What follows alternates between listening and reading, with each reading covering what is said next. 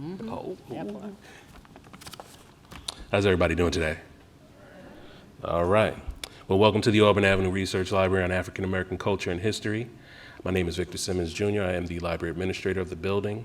I want to thank you all for being here today.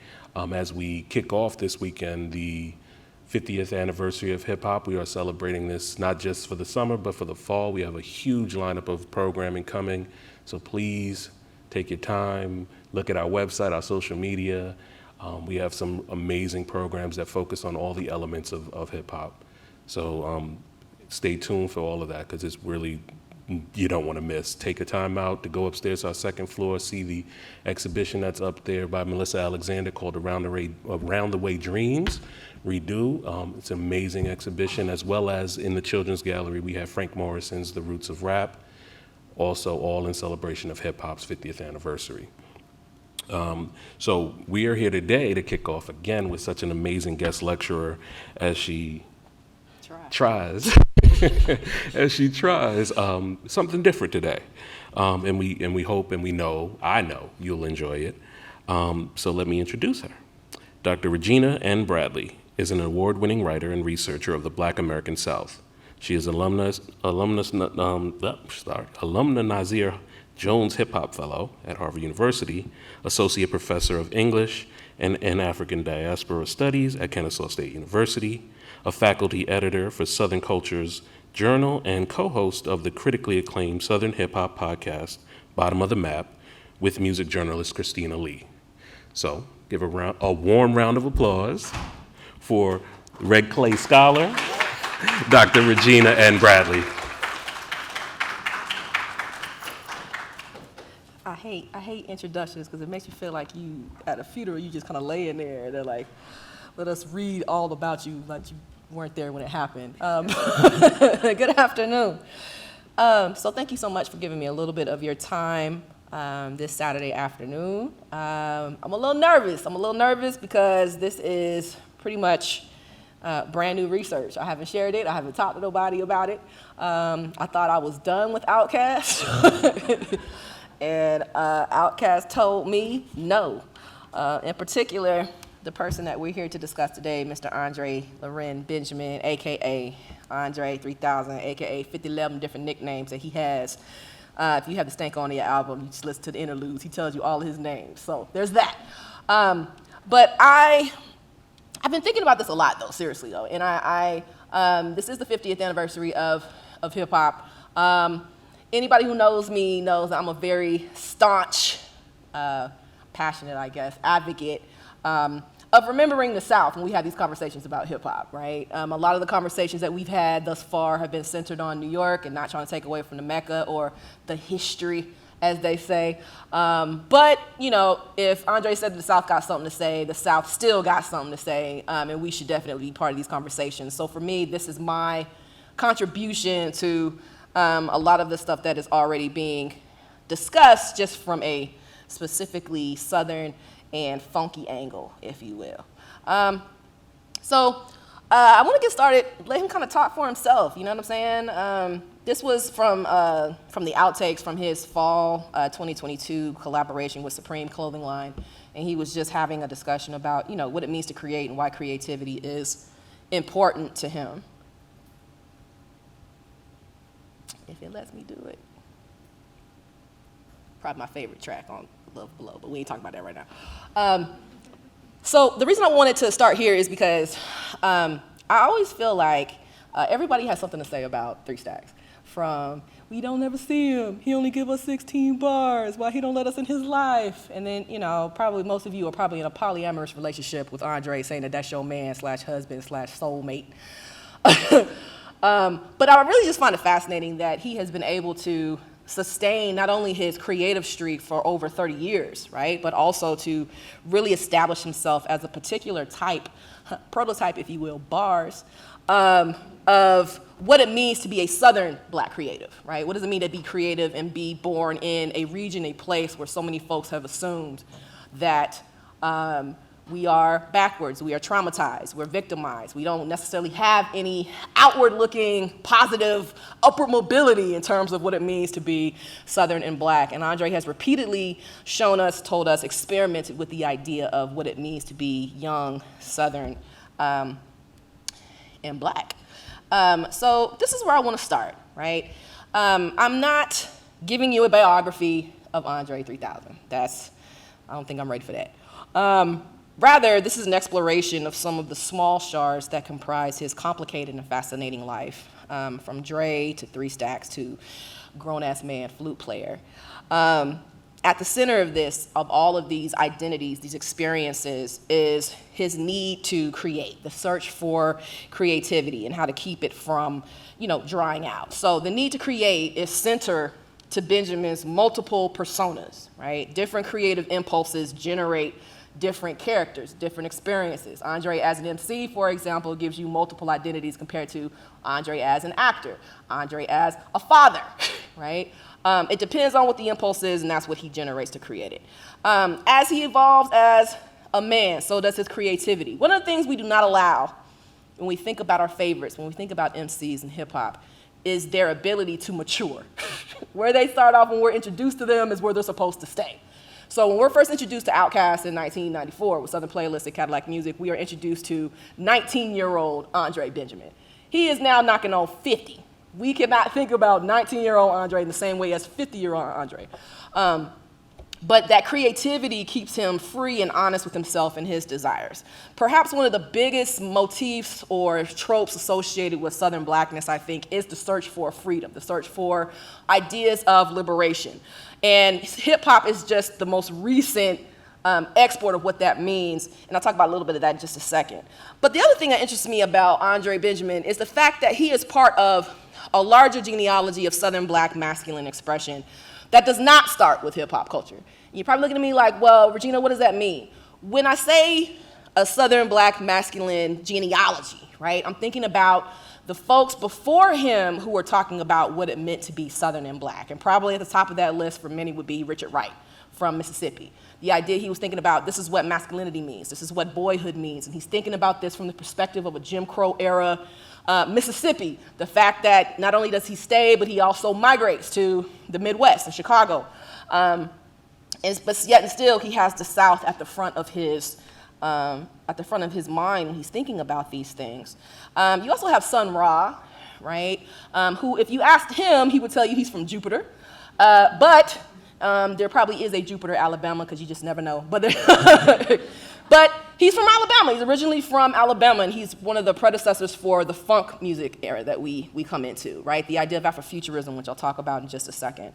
And I'm also going to put him in conversation with the GOAT for me, Kiese Layman, who is a writer from Jackson, Mississippi. He's probably most well known for his memoir, Heavy, but he's also the writer of the amazing fictional novel, Long Division. I see some of my students in here, so you had to read that, so you know what that is. But it is a larger conversation. We often think about who André is the foundation for if we're thinking about a genealogy, right? Who branches out from that? So like Young Thug, even though he don't want to admit it, he is very much a product of an André 3000, right? Or Earth Gang, for example, will be another example of that too. But I think it's important that we think about the background and what conversation he is a part of in order for us to really appreciate the complexity and the dynamicness of this particular character. So I want to start here.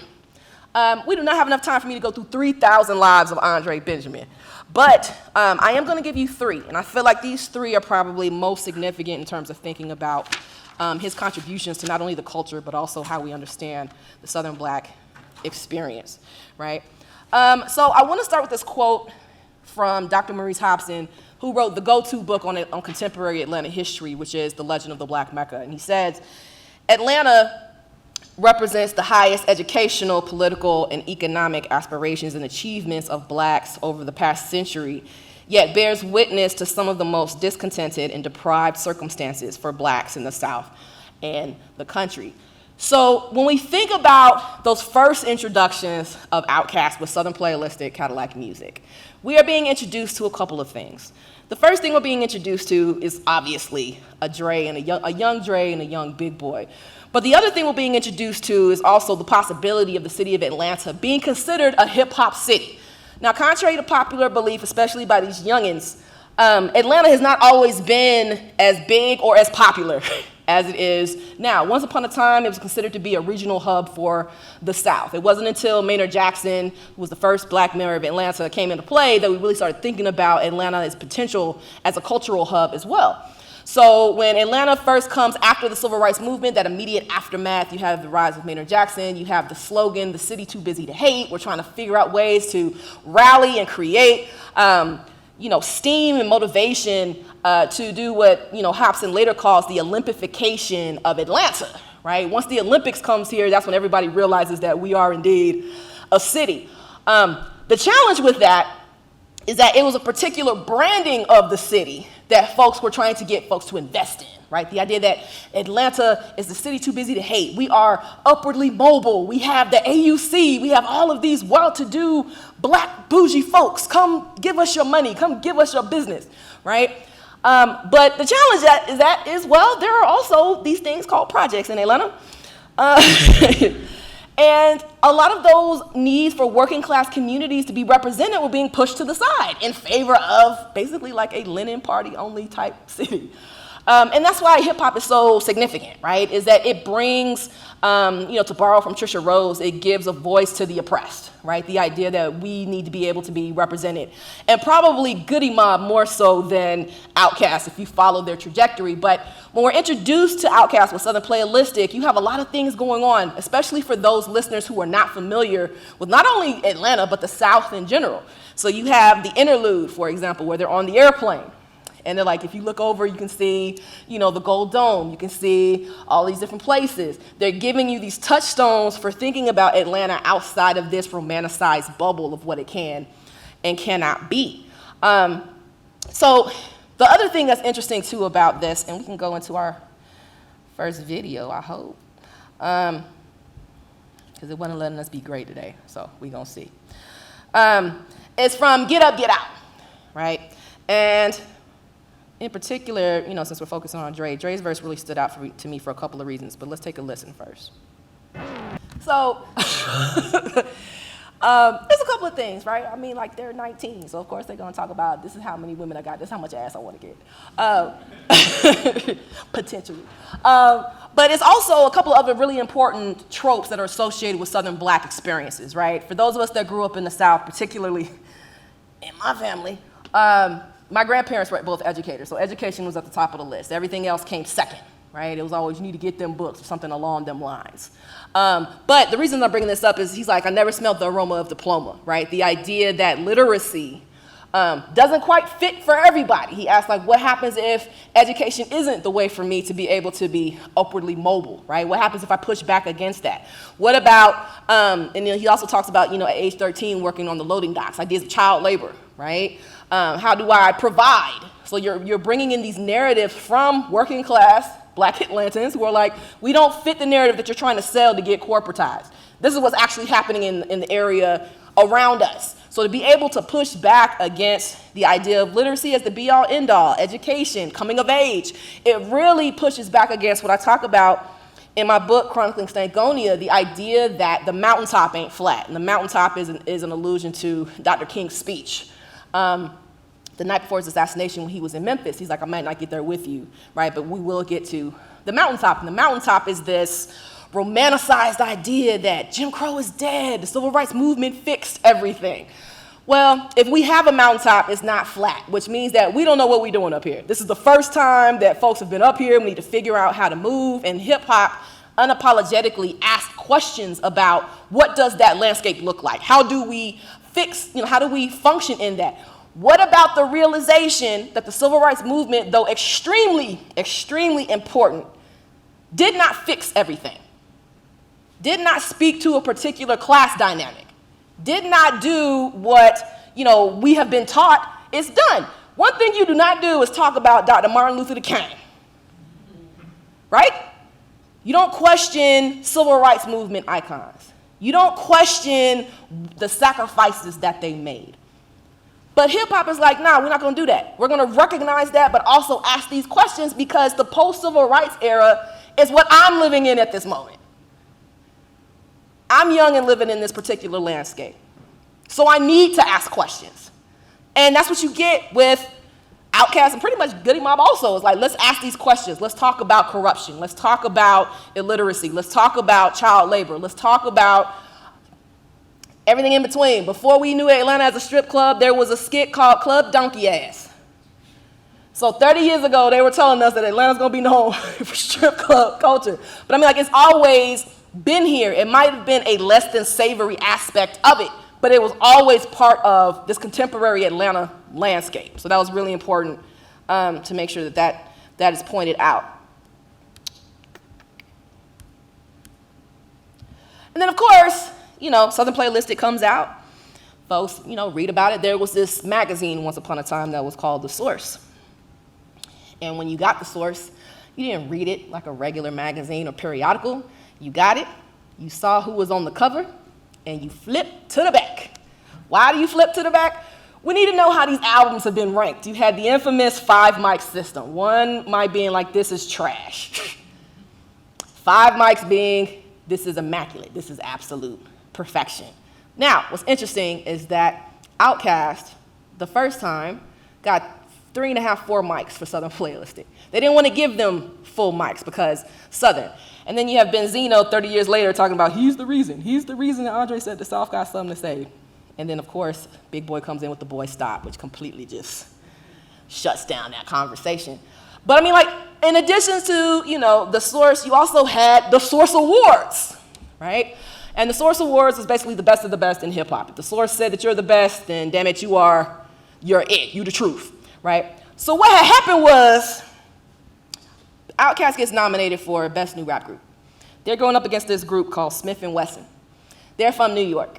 They have similar content, but not necessarily flow. OutKast, for example, is pulling from funk music, gospel, all these different aesthetics due to, organized noise, right? And Smith & Wesson sounds, well, for lack of a better phrase, New York. Okay? So there was an expectation that because Smith & Wesson, strictly because they were from New York, that they would win. Well, that didn't happen. I'm gonna let them tell it. It's better than me. Go ahead. So there's a couple things I want to point out about this particular clip. The first one is I lost a lot of respect for Salt. Because of the way she said it. She said it like when you go to the club and you see this dude and it's dark and he's like, okay, maybe I'll give you my number, and then the lights go up and he's a swamp dunk, and she's like, oh, OutKast. I don't like that. The second thing is I really wish we could find the dude whose face that they kind of like zoomed in on when he was talking at first. The guy who was like, what the hell is he saying? Like I can't understand what you're saying. And then the third thing that's interesting too is I want to point out that a lot of folks want to talk about Andre's awakening is because of Erykah Badu. Now, if you paid attention to what the brother had on, he had on his purple and white dashiki. He was starting to get woke way before Ms. Badu entered. Now, Ms. Badu might have completed the process if you want to still be like, he was Baduized, right? But this was happening in 1995, right before they got together. So there was already this sense of agency that was starting to awaken in him. He's also starting to pull away from some of the things that he was doing for the first album, like he stopped smoking, he stopped drinking, he was getting more spiritually enlightened, right? There's stories of them going to Jamaica and going to, basically baptize themselves in the waters in Jamaica, and that's when they started growing their locks. And then that's when we get, Locked Up, beginnings of Locked Up Dre, right?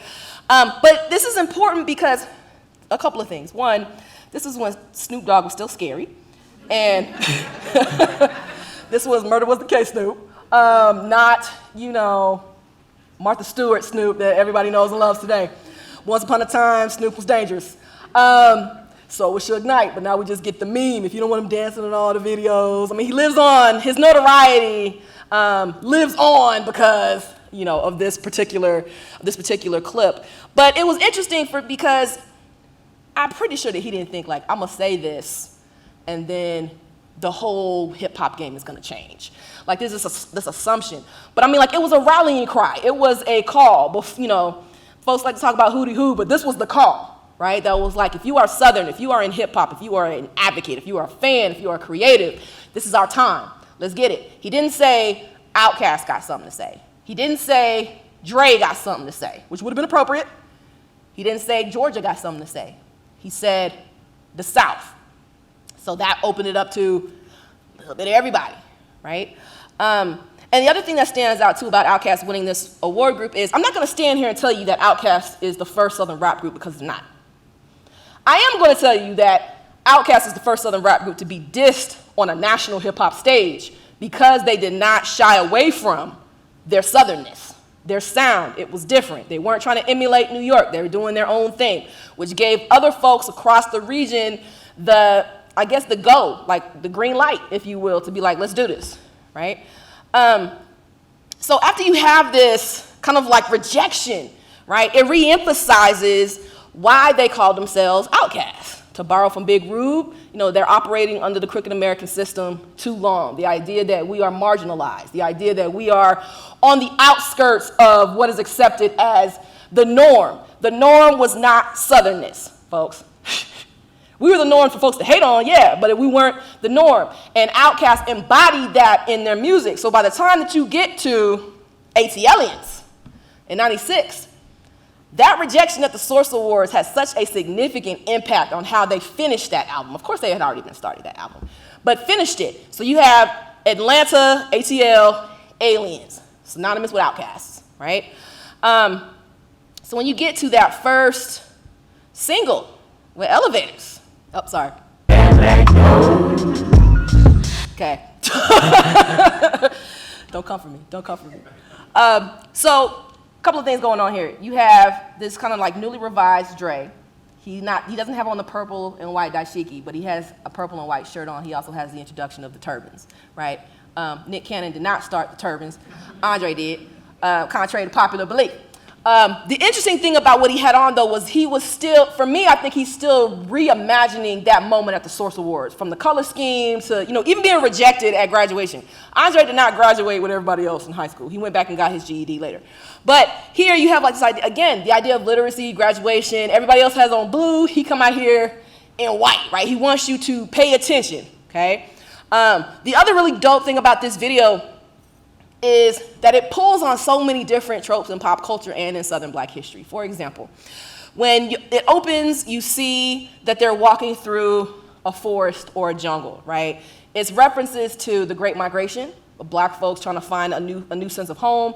It's also references to the Underground Railroad, right? The idea of trying to escape enslavement, escape this being othered. If you continue to watch the video, they are being hunted by patrollers, which is akin to slave patrollers, right? And the only way they can see their true selves, their true ATLian selves, is through the use of infrared, right? Which is a nod to Predator, okay?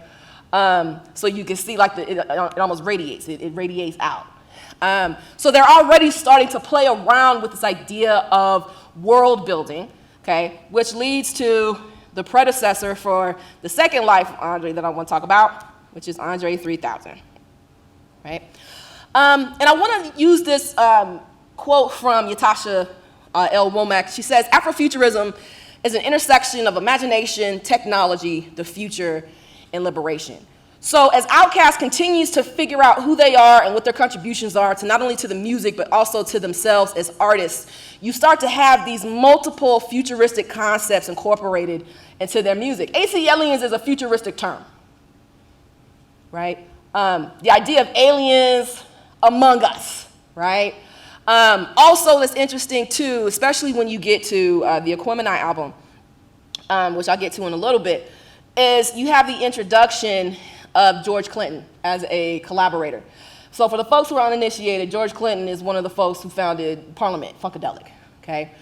Even though Clinton was born in North Carolina, right, there's still that Southern root aesthetic that's associated with that. They are pulling from the idea of funk music. A whole lot of funk artists From Bootsy to Parliament, right, to Brick, which is so important for Atlanta because Brick was recording out of Atlanta. You have one of the lead trumpeters in that group go with Patrick Sleepy Brown, who would become part of Organized Noise. So that's where that funk aesthetic, the live instrumentation, the improv comes from, is him with that background, that funk music background. So you already have like that use of the funk aesthetic to project or will people into the future. What does a Southern Black world look like in the future? Because let's face it, with the South, we always have two things going on. We have 1 foot in the past, 1 foot in the future. We rarely can't get it in the present, right? You're probably like, well, what do you mean 1 foot in the past? Well, only in the South do we recreate Civil War battles. Like, this is gonna be the year. This is the year that this is gonna be different. Something's gonna change, right? So we are thinking about what does that mean to will ourselves into the future? So when you think about an Afrofuturist lens, it is the idea of how can we see ourselves, will ourselves, be fully liberated, emancipated, if you will, in this space that is of our own doing. And this is where you get, later you get Stankonia, for example, right? Stankonia doesn't exist anywhere. They're like, but let's create a space where if hip-hop, particularly Southern hip-hop, survives an apocalypse, which is what you get from the Aquemini album, right? What does that look like? But for me, we can talk about this, but from the research that I have done, the first time that he has officially called himself Andre 3000 was on Mystical's track, Neck of the Woods, which is on the Wood soundtrack from '99. Even then, Southern aesthetic. If it ain't 808 in the trunk, it ain't not. That is Southern folks all day. If it don't touch our spirit, we ain't gonna give it a second listen. Or we might take our time compared to our Northeast cousins who are like, it's all about the lyrics. They ain't talking about nothing. I ain't gonna give it a serious listen. It's the opposite down here. If I can't put it in my car and it don't hit, I'm like, oh, that's so nice. We just gonna put this to the side, right? The infamous car test. Okay, it's a very real thing. So even then, there's still a reimagining, reinvigoration of what it means to be Southern and in hip-hop, right? Andre 3000, The Year to Fear, is already here. This came out in '99. So '99 is the beginning of that Y2K paranoia for the folks who wasn't born until 2003, okay?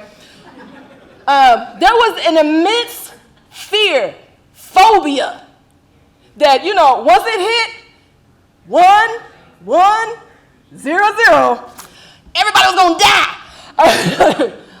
So there was anxiety about, this idea of a new millennium, a new century. And here you have Andre that's like, I ain't even going to 2000. I'm going to skip ahead 1,000 years to the year 3000. So why is that important? That's important because in the year 3000, there are no rules. There's no history. Shit hasn't happened yet. So he's like, I'm going to put myself in a space. I'm going to create a world for myself that I can do what I want, whether it's wearing straw pants, a gold wig, right? He goes from gold to platinum a little later when we get to Love Below. He's like, I'm platinum now. I'm platinum now. But it's still this idea of world building. But for me, it also points to like a wariness about how he was being seen in the world at that time. So by the time that Neck of the Woods comes out in '99, OutKast is already on. Aquemini has got his 5 mics, thanks to Charlie Braxton, right? Everybody's like, oh, OutKast. Like everybody's just accepted OutKast from the jump. Oh, I love OutKast. Dude, and you just kind of be looking at folks like, that ain't what you said 1, 2, 3, 4 years ago, right? So it's like they have been assimilated into mainstream hip hop culture as greats. But there is this very real, very tangible anxiety. Like, what does that mean for me as an artist who calls himself an outcast? How do I continue to make myself outcasted? I'm gonna change my fashion. I'm gonna change how I present these videos. I'm gonna think about these different things. So Andre 3000 is a reimagining of what Dre thinks he will see himself as, in the future, right? A future that has not been touched by slavery, a future that has not been touched by the civil rights movement, a future that has not been touched by anything that dictates historically what I'm supposed to be as a Southerner. The freedom to create, again, that theme of freedom, liberation, right? What does that look like? Okay. You also have the remixes. If you've heard Stankonia, they have probably the best skits ever in hip hop history. Like, they're absolute perfection. From Kim and Cookie, it's my favorite. I can still say it in Spanish. Don't try me. Right? To, ATL, to, the DF interlude, right? And they give you all of their names, from, Dookie Aloysius Blossom III, to all these different names that are not Andre 3000, but these are definitely how he sees himself. And a lot of these are like jokes, right? Nobody has humor like Southern black folks, right? All of these different kind of jokey identities, but the reality of it is like I see myself in these different lenses, these different perspectives. So I'm gonna give myself a nickname for all of them, right?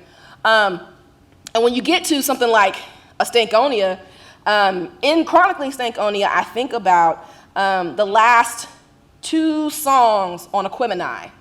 The world is ending, right? What happens if this is the last verse, the last thing I ever see? What survives the apocalypse? Southern hip hop survives the apocalypse, okay? Like a roach, okay? So if Southern hip hop survives the apocalypse, we need to start over. Where are we starting from? Southern hip hop. So with Southern hip hop, I'm gonna create this world, right? To borrow from the folktales, I'm gonna build me a world, if you will. And that's where you get Stankonia from. So it's like we remember Atlanta, we remember, but that's not the totality of who we are. That's not the totality of how we see ourselves. What happens if we think about ourselves from a futuristic perspective, right? So, one last life, and then we can open this up for questions, comments, it's not a marks. I have been thinking about this a lot. I am actively grieving. I lost my grandmother to a very violent act last year. And when Andre's verse on Life of the Party came out from Kanye West's Donda, it kind of tore my chest open in ways I wasn't prepared for. And if you are somebody who is actively grieving, then yeah, it probably tore your chest open in a particular way also. But it made me start thinking more deeply about how he communicates with the dead. Andre speaks to the dead multiple times, over and over and over, right? So I was talking to, friends and colleagues about this, and I came up with the idea of a necromancer. What if Andre was a necromancer? And I'm not talking about like the westernized Eurocentric idea of necromancing, which is like supposed to be evil and supposed to be unchristian-like. But I mean like necromancing in the sense that the literal dictionary term is to communicate with the dead, to think about the future. And Andre does this. He does this multiple times. He started doing this on Aquemini, right? And on the Aquemini joint, so here he's alluding to the Atlanta child murders that happened between 1979 and 1981. And the fact that the majority of the victims from the child murders, because they're victims, right? We never give children, black children, the possibility of innocence, the possibility of being honored, right? And he was coming up at that time. He was like 6, 7. He was young. He was around at that time. This idea of, an idea of survivor's guilt, survivor's remorse, right? We are now focusing a lot of attention on the child murders now. Again, have to evoke Dr. Hobson, particularly, his chapter on the child murders, which is very well done, very painful to read, but very well done, right? But it's interesting how artists who were coming up in Atlanta at that time have indoctrinated their music with the memories of these children, right? So what's really fascinating about this for me is that he is very confident, very adamant, very forceful in a lot of his delivery on this particular song. But when he is talking about these children, his voice softens. It's looking bad. His voice softens, right? It's almost like he sonically pays homage to let them know that we see them, I see you, right? There's also that idea that I could have been you that plays a very big part in that. And in addition to that, he talks about it again in 2016 on Travis Scott on the Ends. right? So he's in conversation. Travis Scott is a generation removed from Andre. They didn't come up at the same era. It's almost like they're having a conversation. This is what happened. They were murdering kids, right? To label these children as victims is, again, extremely important, right? The idea when he first wakes up sonically, he sounds like he's out of breath, like he had a nightmare, right? Like he kind of just woke up suddenly, instantly, right? The pain of it, the pain of like, it could have been me, it could have been you too, right? Dr. Michelle Haidt wrote an amazing essay called Andre's Dread that I stole from her and put in my OutKast reader.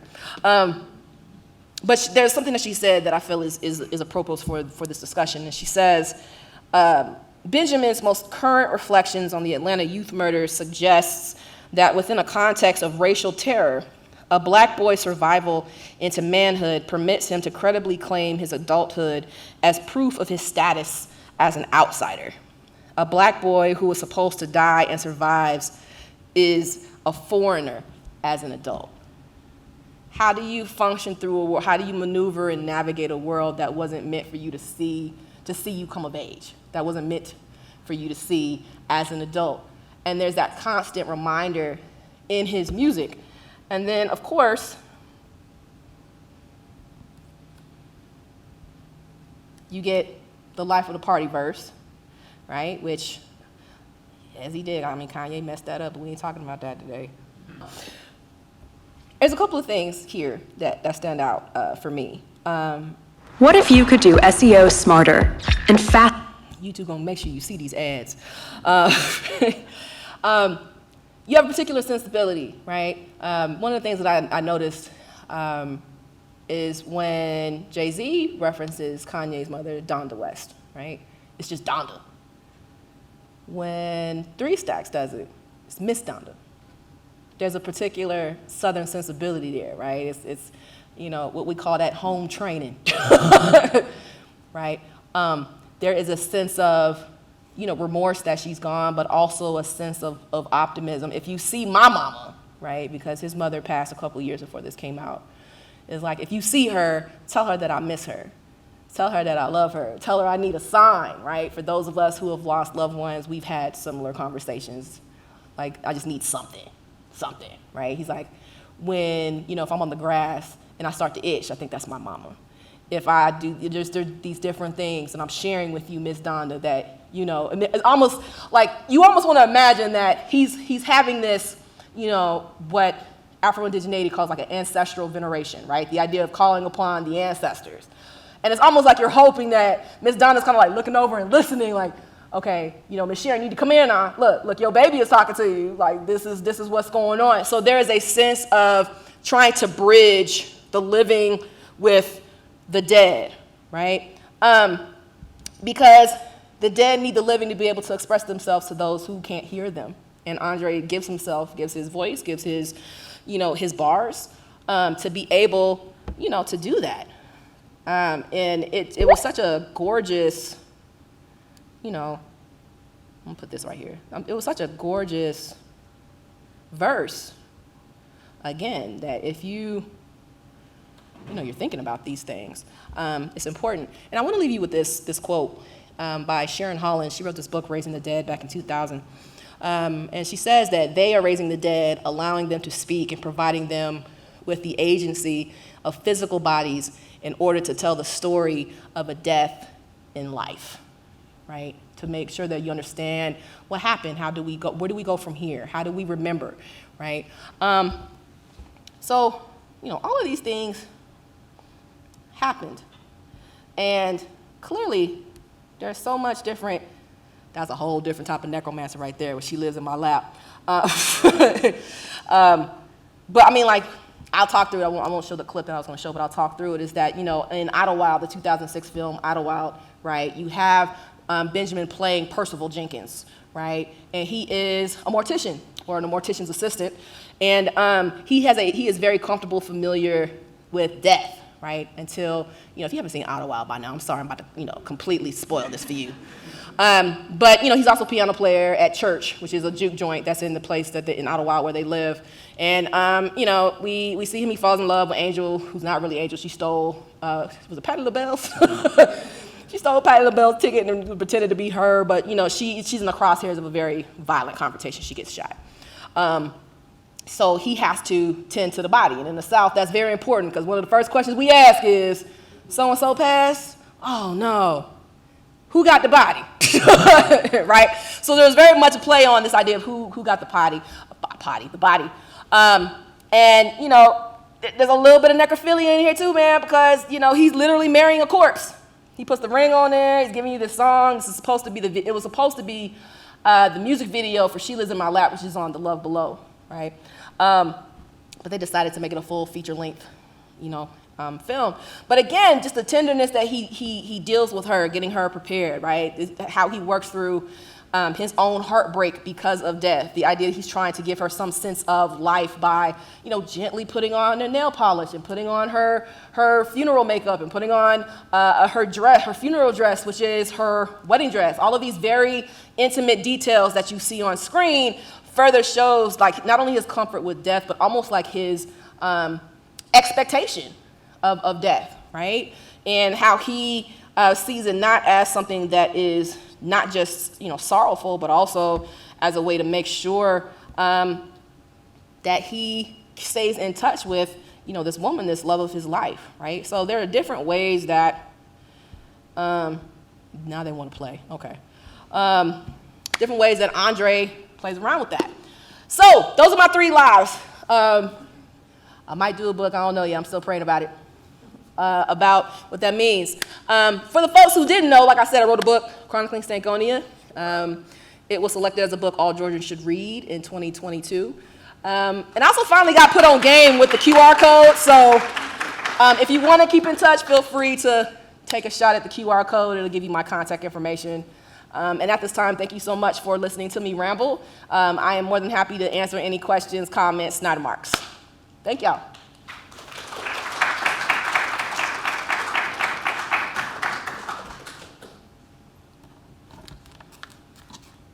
Oh, was that bad, huh? Okay. Yes. Hey, girl. Hey there.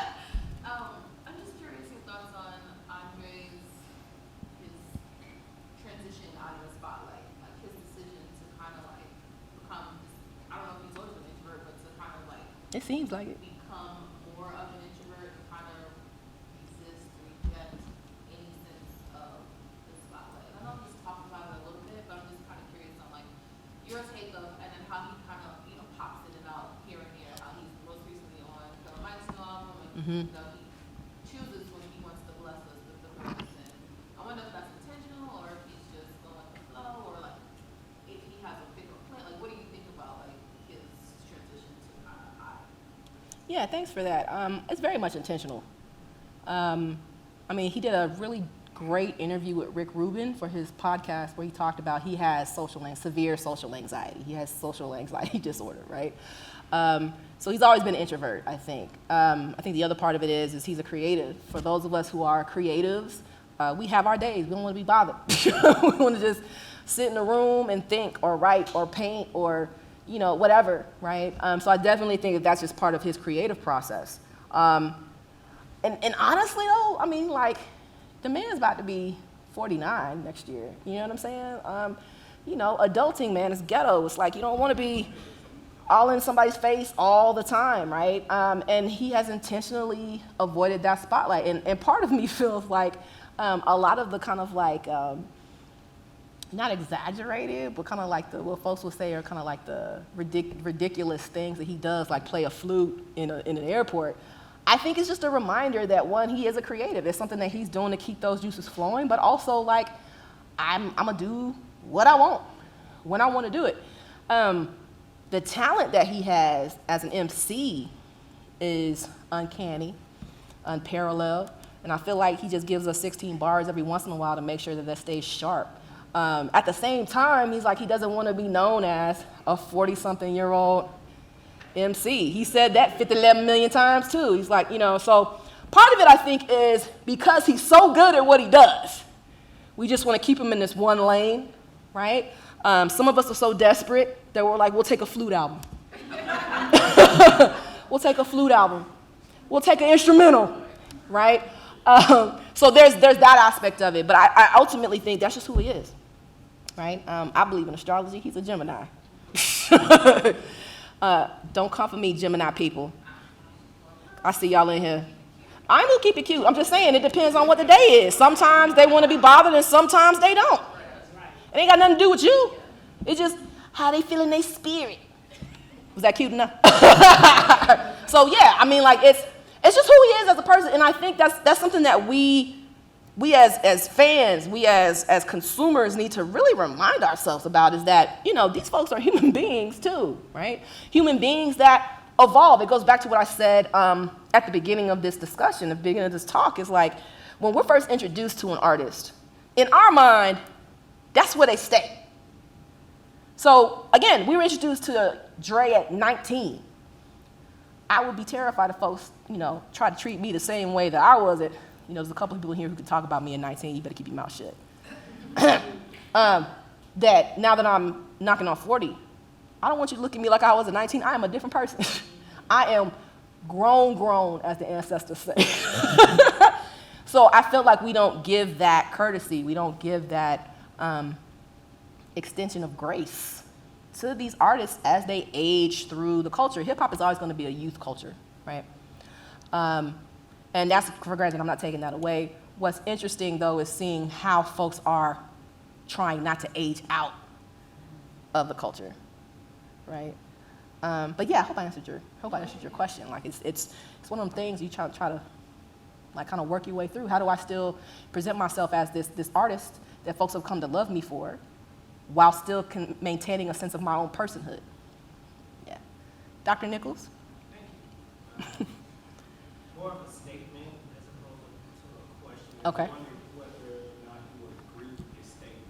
Okay. Before I do that, I have an appreciation for you highlighting the relationship that he had with his mother. I know it gets kind of gets a lot of attention about the relationship that he had with his mom. Yep. Not so much Andre because he's not as in the spotlight, if you will. But if anybody ever has recorded with OutKast when they were, you know, right off the north side, if you did any kind of business dealings with the group, Stankonia, the recording, his mom was probably one of the first people you would interact with. Okay. When I was at North Brown, recorded with him several, you know, musical things. His mom would be out there handing the water to the band. I mean, she was really an integral part of managing OutKast, and I don't think a lot of people know that. And so,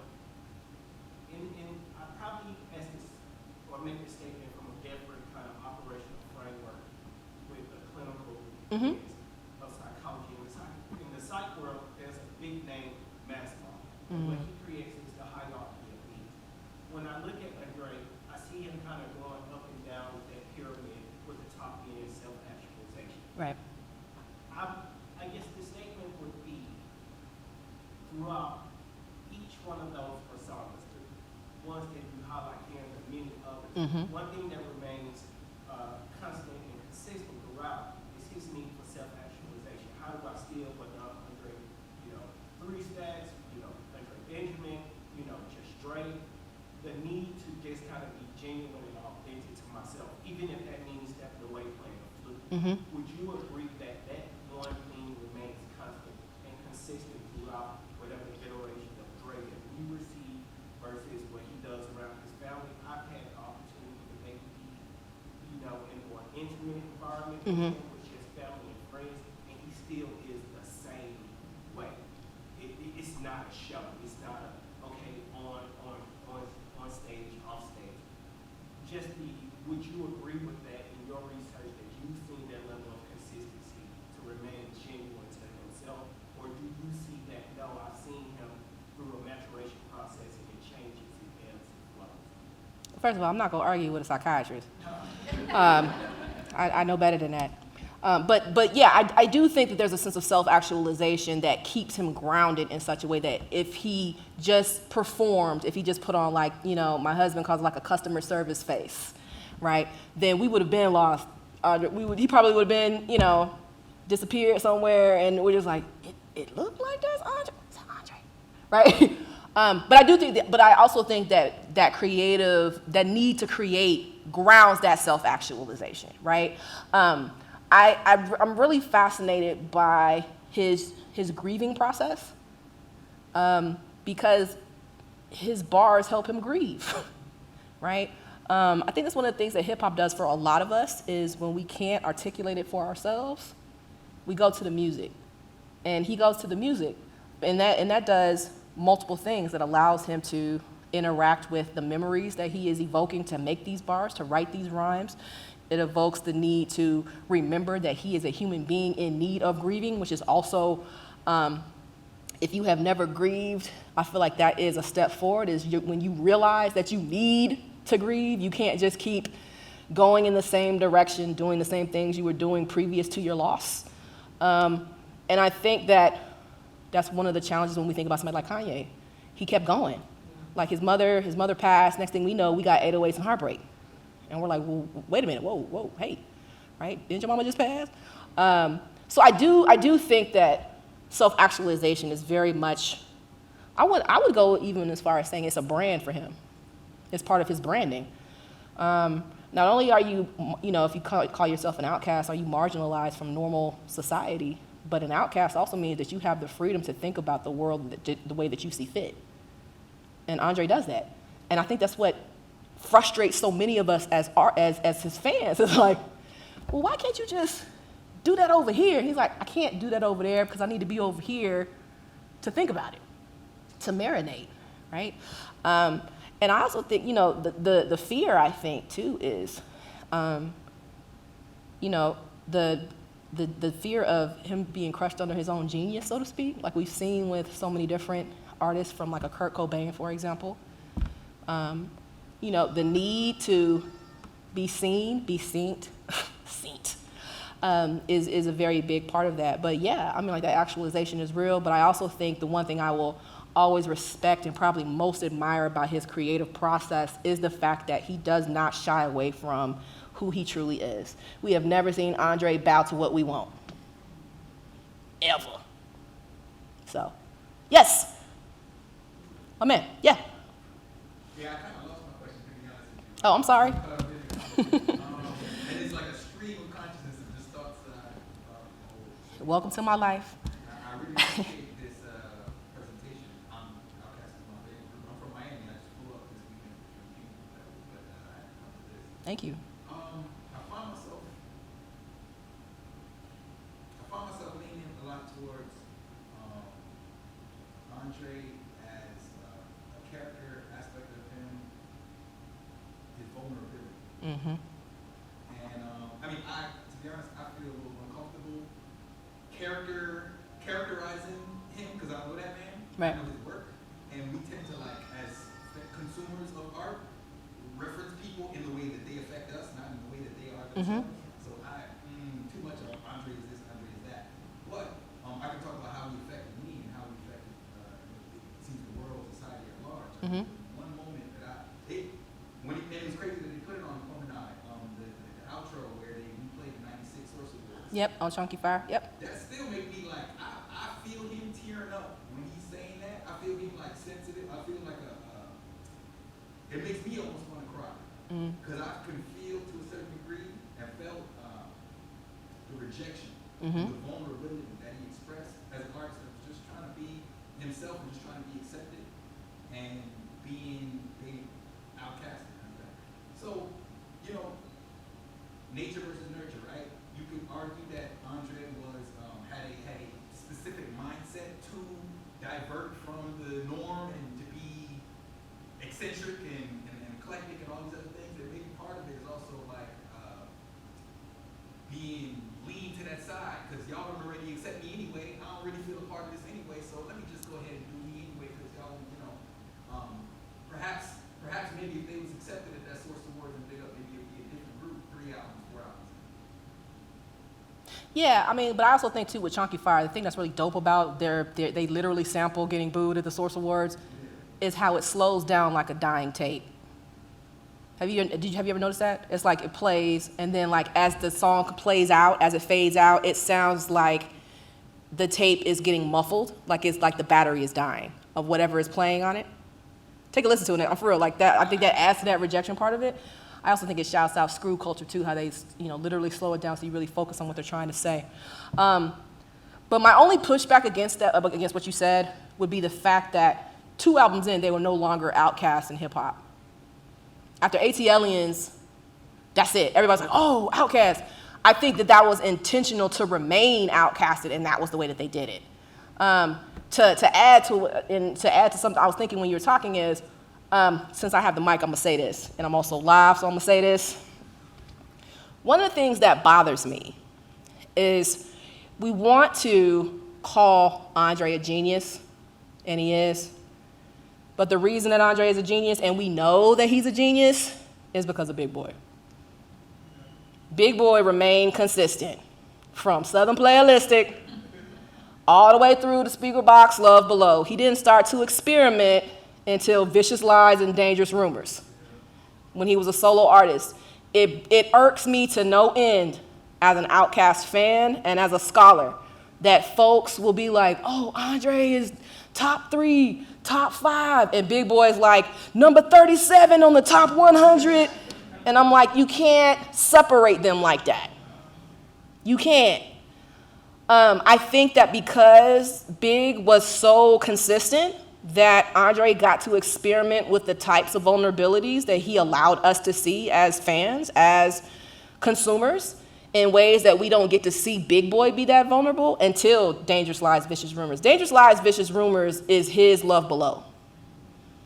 Because he experiments, he talks about the death of his father, right? He's like, I miss my daddy, right? You get a certain sense of vulnerability, as you pointed out, right? And now that, Big is still in the game, he's still doing his, he's still experimenting, he's still creating music. Like, he's having that same type of artistic freedom that Dre has been, utilizing since the jump, right?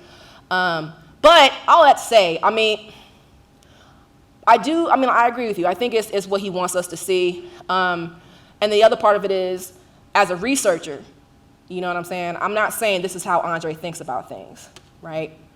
Drake could have been a solo artist? Yeah, he would have been a solo artist, but I don't think he would have got the same love immediately as he did without Big Boy. And I'll die on that hill, live people. But the other thing I want to say too is, as a researcher, right? As an academic, I can only go on what you give me. So I do agree that this is how it makes me feel. But if there is a pattern that I am consistently seeing in the research and listening to the albums and reading the interviews and thinking about these things, then I am comfortable with saying that this is probably what's going on. This is what they want me to view as somebody from the outside looking in. If it was from the inside looking out, this would probably be a totally different conversation. But Andre is hella hard to get in contact with, which all leads to, that lure, I guess, the allure of who he is. But I do think it's important to put in place some of these frameworks that hopefully I have presented today that will allow us to think more deeply about the way that he presents himself to society and why that's so significant. Thank you for your comment, though. Appreciate that. Yes? In the white shirt. Hey. How you doing? Dr. Bradley, thank you again for this wonderful lecture. And, as someone who works on the Neptunes, NERD, Yep. and I often think about that as someone who has been grieving this entire year as well. I am curious about the necromancer piece. So one of the things that I am thinking about is like the part of the producer, and also like the character that Andre is kind of moving through in his life, right? Have you thought about like how the music comes in the necromancy? Because when I listened to that Life of the Party verse, like I had that moment that you were talking about where it's like, damn, I can't even listen to what he's saying because this production is seducing me right now, right? Right. So I would want to know what kind of process you're using to kind of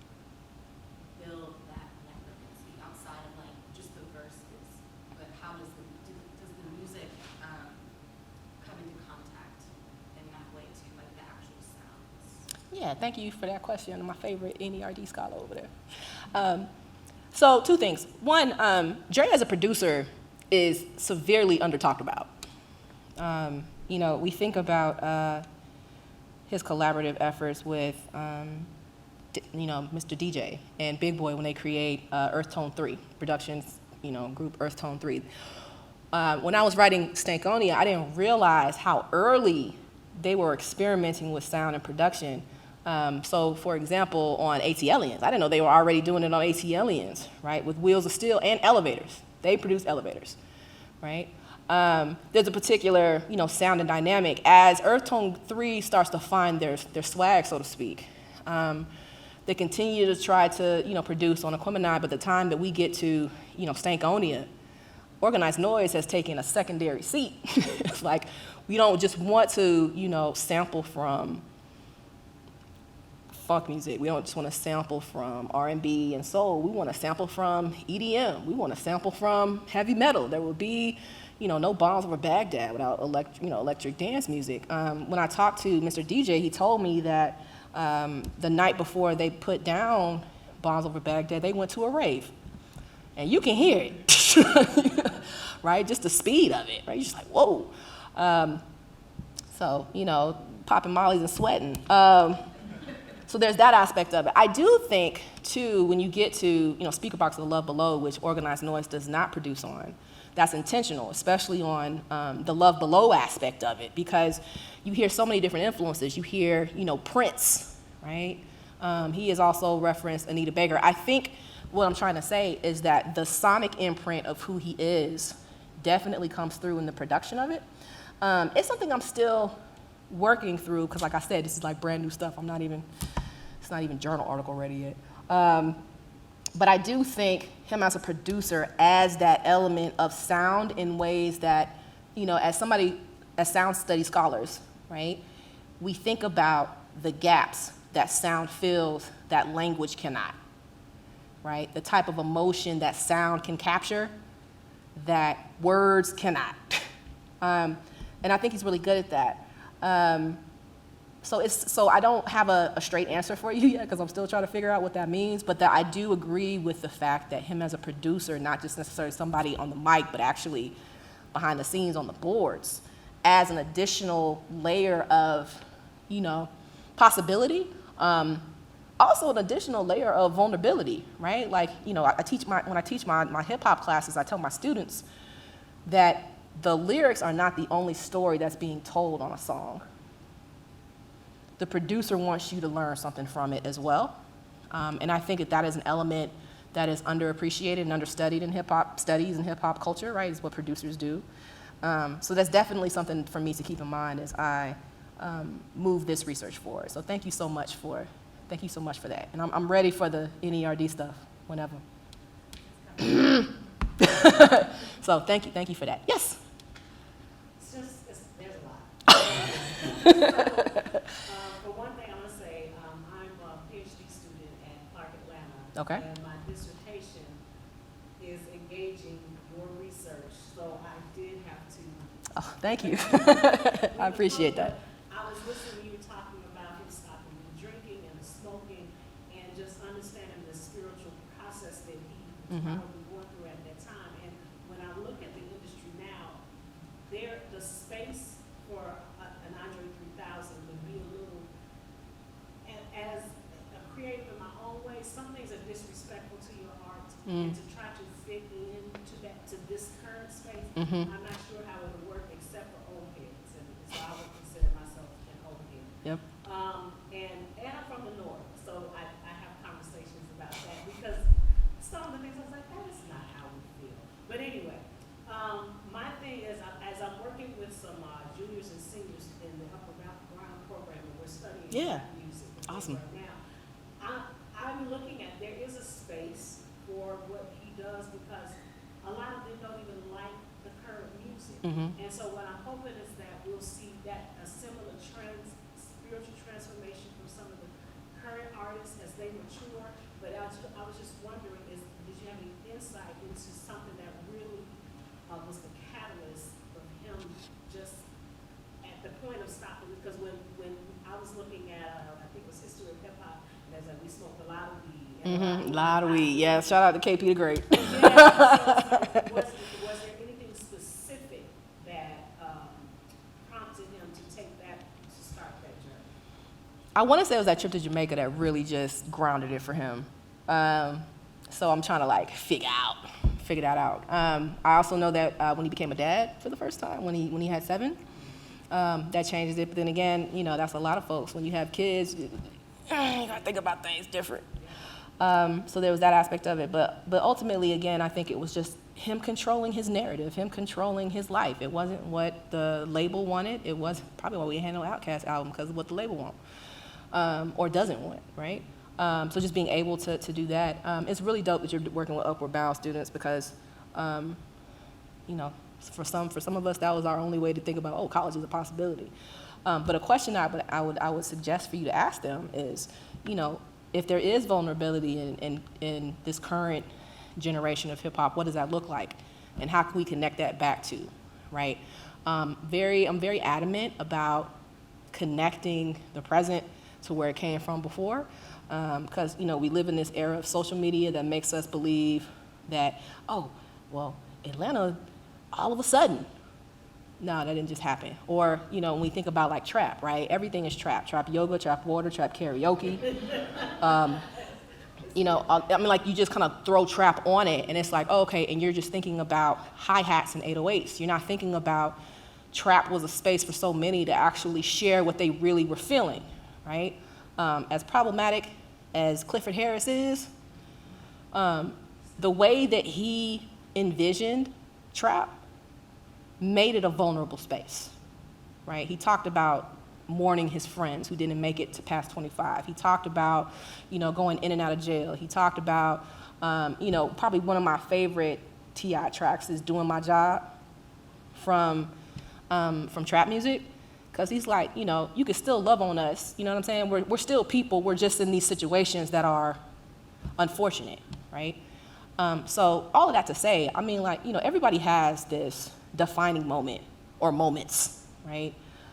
They seem to evolve as we get older.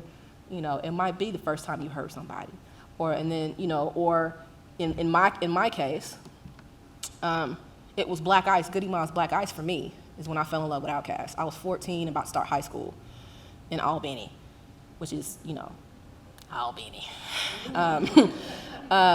You know, and then, you know, I lost my father at 20. I listened to Urban Legend. You know, I lost my grandmother. I tried to listen to, and I was dissertating, and it was OutKast Liberation. When my grandmother was murdered, Liberation didn't work. So I knew I was in some new territory, right? So I think that it's important to kind of think about, you know, what the soundtrack is, and that might be you might be surprised, like do like a. That's why I'm looking at the spirituality of Yeah. the music, and that's what because that's what my dissertation is. So That's dope. Yeah, that's awesome. A really interesting aspect. So yeah, so thank you so much for that, and good luck with the babies, and good luck with dissertating. Never again. So yeah, Crump, what you got for me? Question. You know we're focusing on the man of like Andre 3000, who he is as a person. Mm-hmm. Do you ever explore like in the book his relationship with Big Boy? Because you talk about with Big Boy, man, we've been with him since like his adolescence all the way to manhood to this day. You know what I'm saying? Even though even as a duo, like when they like were very different, they were still together, unit. And I think most duos that usually drive them apart, or other factors would drive them apart, but they still stay together. So I was wondering, by chance, if you do have that as well. Well, the book ain't even a thing yet, but that is, I mean, like that idea of friendship, particularly friendship among Black men as they mature, I think is so very, very important. I think about, Big Boy is very much a heavy presence on social media, and if you follow him, you're going to see owls, you're going to see him in the studio, you're going to see him, he is enjoying being a pawpaw, right? So. And you might see Andre pop up, and I think that's the one thing too, is that they, which is following that OutKast aesthetic, is like they don't let folks dictate what their friendship looks like. We're like, oh, they broke up because, they want to do their own thing. Of course you want to do your own thing, but I mean, like, that's just the business. That wasn't who they were as as people. I think that that's so important. I also think that that is an aspect of, the black masculine experience, especially in the United States, that is severely overlooked, right? So, for example, and he gonna call me out, and I know I'm gonna get this when I get home, but so, for example, my husband has, close friends too, but they've been friends since like college. So Dr. Nichols, they've been friends since college, right? His best friend has been with him since he first started at Morris Brown. And they check in on each other. They talk shit on group chat or whatever it is, whatever y'all be doing over there. I don't know what y'all be doing. But there's that need because it establishes not only a sense of how far you have come as a person, but also like these folks who want to see you evolve and what the next thing is going to become and support you, right? Like we have this stigma associated with black men that they don't support each other or they can't be vulnerable with each other, right? But for me, the question is, if you can't be vulnerable with another black man, then who can you be vulnerable with, right? So I think that goes back into the earlier questions about, what does that vulnerability look like? And more importantly, who has access to that vulnerability, right? Vulnerability for black men is currency. They don't just give it to anybody, right? So I think that's definitely something that I am, should I decide to go that route, the book route, not what you're asking me to do. That's definitely part of that would be part of that conversation. So thank you so much for that. Yes, sir. I'll try to speak up as I'm a librarian. So to speak in softly. So little backstory. When I reached out to Dr. Bradley, we was thinking, well, we want to do Hip Hop 50th. I reached out to her, had no idea what she was working on. And my first email to you was, I have this idea about Andre 3000. Yep. And what interested me the most about him, I'm a New Yorker. And it was always about post-OutKast and those appearances on songs. And sometimes they seem really random, because I think about like how much I enjoy his verse on Farnsworth Bentley's Everybody.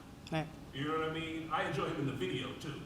But just thinking about his post-OutKast appearances and whether or not, and more, how's your take on this, is whether he is approaching it as, I have something that I want to say at this moment, and not really being selective as to what song it is. It doesn't matter. Like, I just have something I want to say. Everybody would love a 16, bar verse from Andre, so I can just pick who I want to get on. Or do you think it's like that he, is simply being asked and saying, okay, well, I'm gonna do a favor. And then there's also this other aspect that I'm interested in is he playing into the outsider? Because, we're hearing these verses, they come so rarely to us. And it's always this kind of perspective that seems so outside of what we're hearing from everyone else. Right.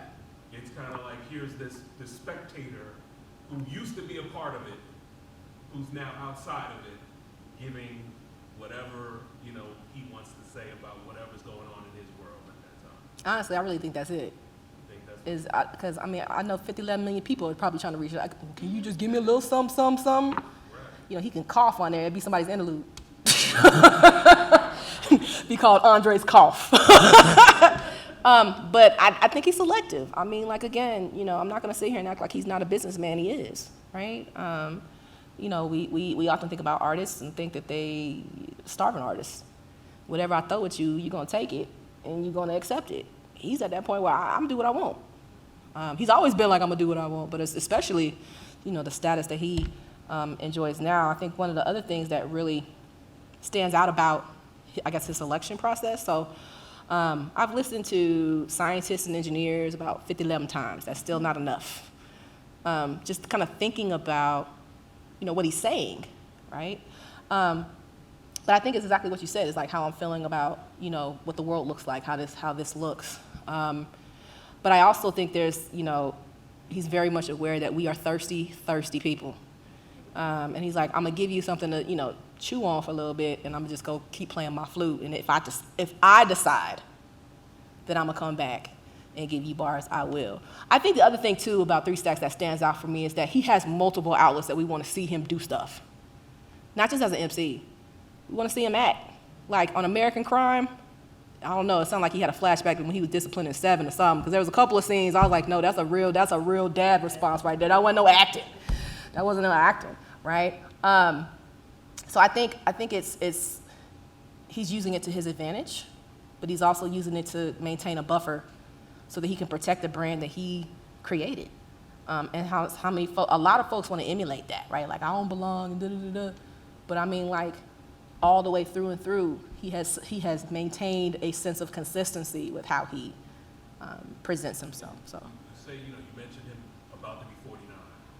So thinking about that, like, when I hear him sometimes, I feel like he's gotten into that space where he's an older MC, and a lot of older MCs are always trying to, like, give you that, like, this is what it was. This is what it should be. This is what it should sound like. This is how it should feel. Like, there's thought in being placed into every word that he's saying. So that's where, like, I'm thinking about how you said the whole lyricism in New York, because I'm from New York, and it was all about lyricism. But one of the things that I can tell you that as a New Yorker, one of the things that I appreciated about OutKast, not just Andre, Andre and Big Boy, was always about what they were saying. Right. And how important that voice was. And when I think about hip hop today, that's why we, like, clamor for the Andre verse, because there it is. That's that voice. It's more than, like, trying to, like, it's just a different level of deciphering. I also think it's a sense of nostalgia for us.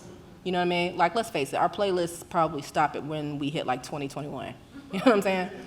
And that's on purpose. I mean, like, as teenagers, that's where we really get our sense of, yep, this is what I like. This is what I don't like, right? So I think that there's a sense of nostalgia that's associated with Andre, because he's so sparse that we don't necessarily get that sense of nostalgia with Big Boy, because he continuously gives us something new to enjoy and think about, right? And I also think that part of that is because Andre has said repeatedly that he is terrified of nostalgia. When they did the reunion tour in 2014 for the 20th anniversary of Southern Playalistic, in one of the interviews, he was like, the reason that he started wearing the jumpsuits, right, was because he was like, I can't add anything new to the music that they want me to perform, so I had to add something. So that's where you got the suits from. So it's this consistent, for me, I feel like he's in a marathon of trying to outrun that nostalgia caging him in for, you did what you did it with OutKast. And he's like, yeah, but what about me as a creative now? And he is always finding ways for us, finding ways to remind us. Like the flute. Ain't nobody ever thought about that. At first we were like, he playing a what? He's a who, right? He went on an airport tour on the Northeast Seaboard, from what people told me. He was in Jersey. He was in Jersey playing the flute. He's at LaGuardia. There's that instance of it, but I also think that again makes him such a dynamic creative, is that he is constantly pushing back against nostalgia for who I was, what I was presenting before. That's all well and good, but also I want you to pay attention to what I'm presenting now. You know what I mean? So, yeah. Thank you for that, Vic. Yes, hi. Hi, thank you so much for this.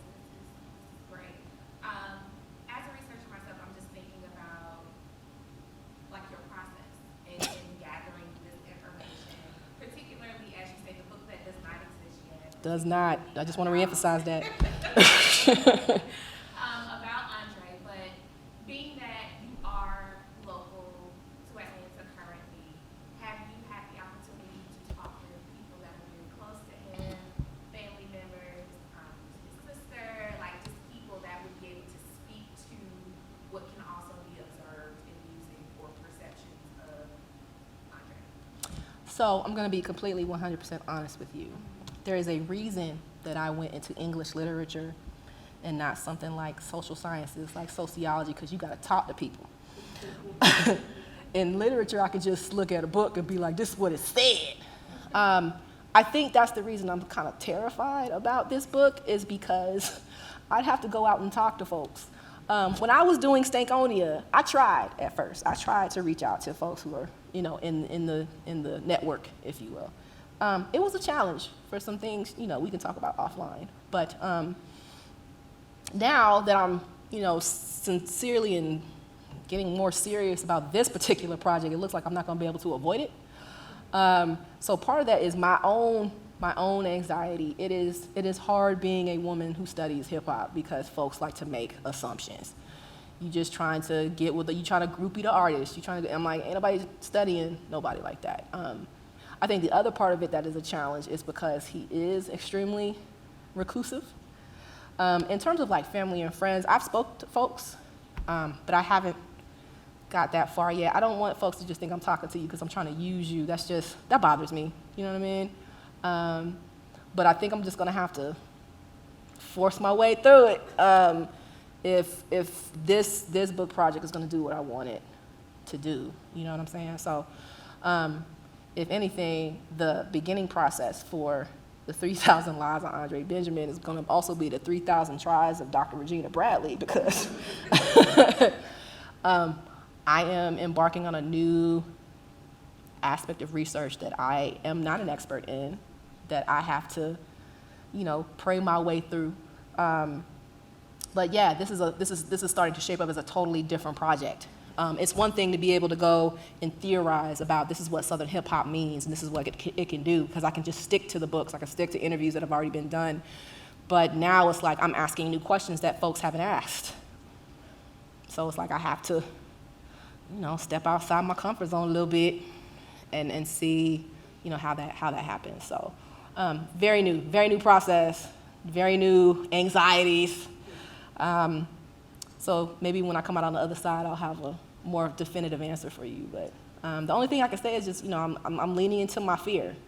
You know what I mean? And as researchers, for those of you that are researching or dissertating, you know what I mean? That's my biggest advice for you, is to lean into your fear. You're the expert, or you will be the expert, you know what I'm saying? So if you can't present yourself like that, then maybe this particular project ain't ready for you yet, or you're not ready for that project. So hope that gave you a little something. Well, we gonna see. But thank you so much for your question and your comment. Any other questions, comments, not remarks? Yes. Hi. So we have a music preservation nonprofit. We spend a lot of time locating and preserving music-related ephemera. So flyers, posters, this kind of stuff. And I would like to talk to you separately about that. But one of the things that I'm hearing on this talk today, you made a comment earlier about pre-Olympics Atlanta being one foot in the past and one foot in the present. And so while I'm listening to you, I'm thinking about this concept of liminal space, the liminality. Right. And it sounds very much like André is coming from the same kind of place. That he is definitely a product of Atlanta being this past and present and black and white and queer and straight and all of these, like at the nexus of that. But then as that present is moving forward through time, he is adjusting to that as well. And he seems to be just defining himself within that liminality, but not being beholden to it. And I think it is absolutely fascinating to see him as that product of the South. I mean, of course he's saying the South has something to say. Right. But he is so clearly a product of that. And it's pretty glorious to see it that way. So thank you for laying it out in such a way that I can make that connection as well. That's really dope what y'all are doing. But I mean, yeah, there's always a sense of past. I think the thing that separates André, though, is that he is, and Big Boy too, is that they are actively not trying to remain tethered to what that past is supposed to look like. Even, and I keep using the music because that's the most available evidence I got, right? If you look at Aquemini, for example, the whole album on Aquemini, it is very much a remembering back from West Savannah to, the Nathaniel interlude to, even the first track, Return of the Gangster. Like, it's not the gangster, it's return. it's the return, right? So there's definitely a sense of trying to figure out what the past means for them in their development as artists and as men. But there's also a very active need to not be confined to those expectations only. And you know, and I'll say this too. So after Return of the G goes off, you get your first skit on Aquemini, and it's them at the record store. And they're like, first they was some pimps, man, and then they was some gangsters, like, they don't know what they want to be, right? And they're like, that's intentional. Keep us guessing. So many different things influence how we see ourselves as artists and as men, right? That all of those things are significant to understanding why we remain outcasted. So thank you for that. That's awesome. Thank y'all so much. Really appreciate y'all staying and engaging with me. Cool.